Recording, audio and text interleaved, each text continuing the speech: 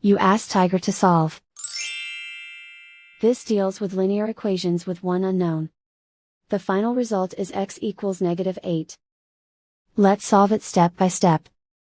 Group all constants on the right side of the equation. Subtract 9 from both sides. Simplify the arithmetic.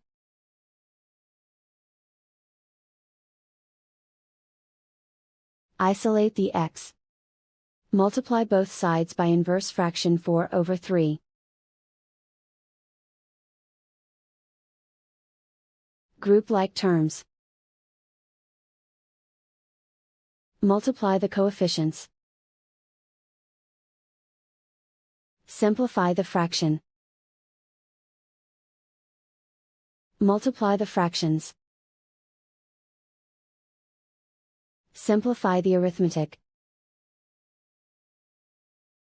And so the final result is x equals -8.